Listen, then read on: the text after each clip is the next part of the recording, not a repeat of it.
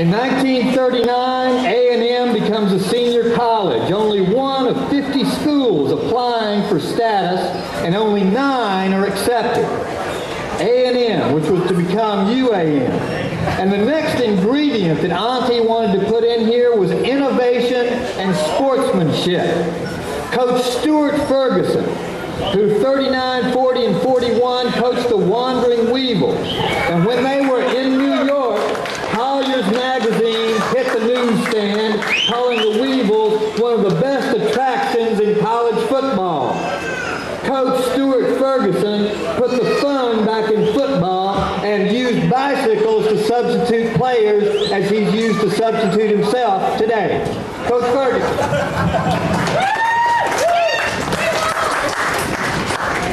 Now, during the Depression years, UAM had no money for football. So I devised a plan what cost the school no money and let the boys play football.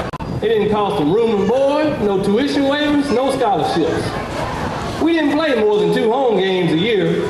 We were the Wandering Weevils. We played football for fun, from California to New York. My players, they saw the sights in New York and Philadelphia and Chicago. We swam in the Pacific Ocean.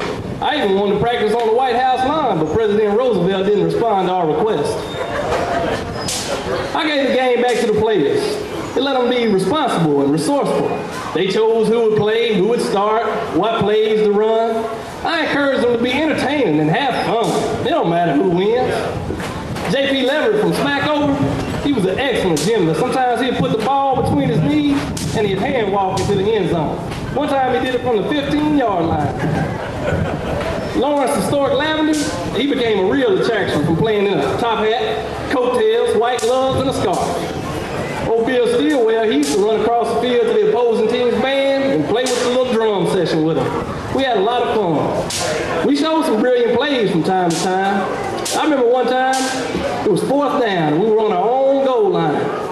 We didn't want to punt. The quarterback called a pass, and he completed it for 40-something yards. Now, admittedly, he had lost track of the downs, but oh well.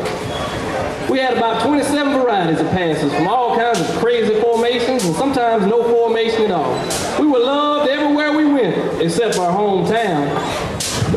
When we got ready to play our first home game against Northwest Mississippi State, word around town square was they knocked the silliness right out of us Wandering Weevils. Well, we beat them 26-6, but that still didn't earn us no fans in Monticello. They all lost their money for betting on Mississippi.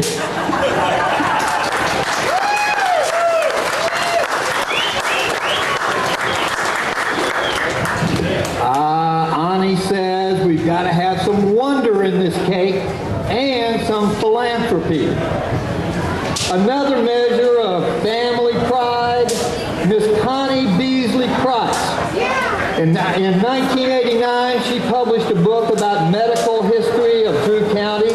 Also, she founded the Junior Auxiliary here. Mrs. Connie Beasley Price.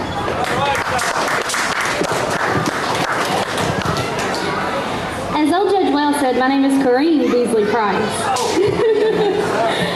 My husband was Dr. Price. He was a busy doctor here in Monticello.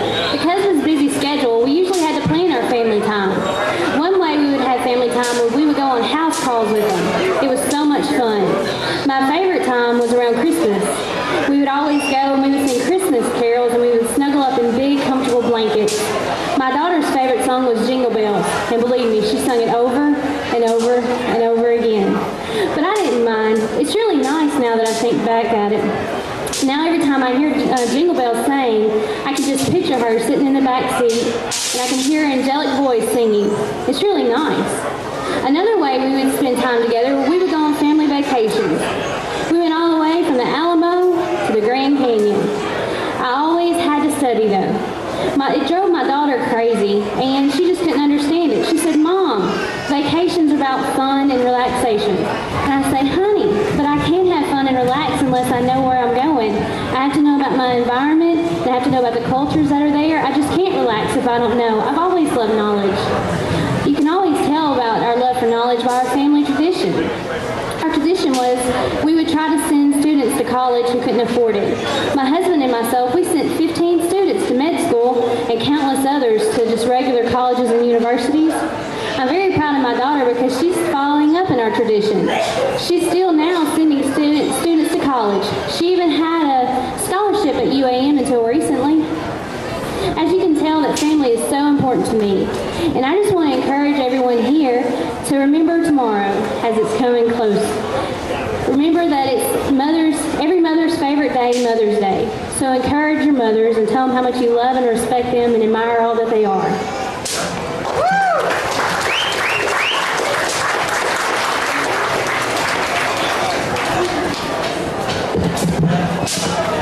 Auntie's last 3 ingredients here: open-mindedness, wisdom, and history, exemplified by Miss Wilma Hankins, who taught school here for over 40 years, a fireball of energy and dedication who can speak for herself, Miss Wilma Hankins. Thank you, Judge Well. I've been in education for over 40 years, and I can't tell that it's changed one iota. Oh, sure, technology and financial aid funding have, but a teacher still has to be innovative and has to relate to her students. One way to relate to my students, what I did, is I tried to listen to their music, the music that they were listening to, read the books that they read, and watch the same television programs. I always tried to lean toward the philosophical side. I never cared too much what my students were wearing or how they wore their hair. I knew that they were just fads and they'd be gone in 5 years or so. Students are students.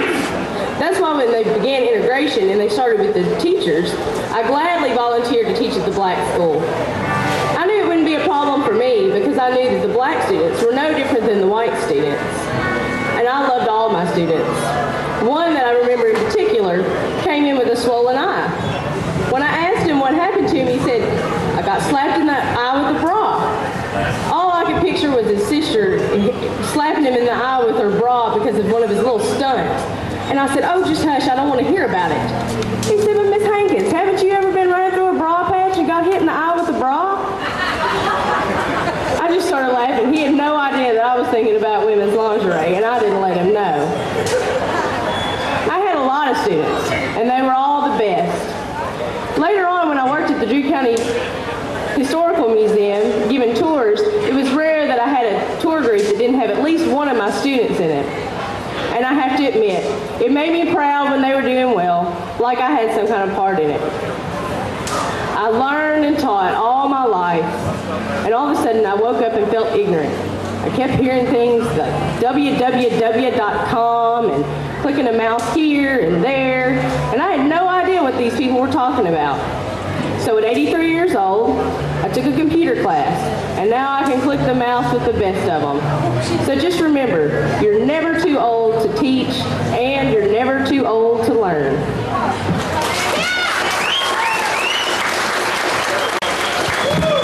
Well, I said that was the last ingredient, but I hadn't looked at this before, and it goes on, and in fact, every one of you are ingredients to this cake. Everyone that has even visited our community has influenced and become an ingredient in this community cake of Monticello. And as one last gesture, join me, please. Happy birthday to you. Happy birthday to you. Happy birthday, Monticello. Happy birthday to you.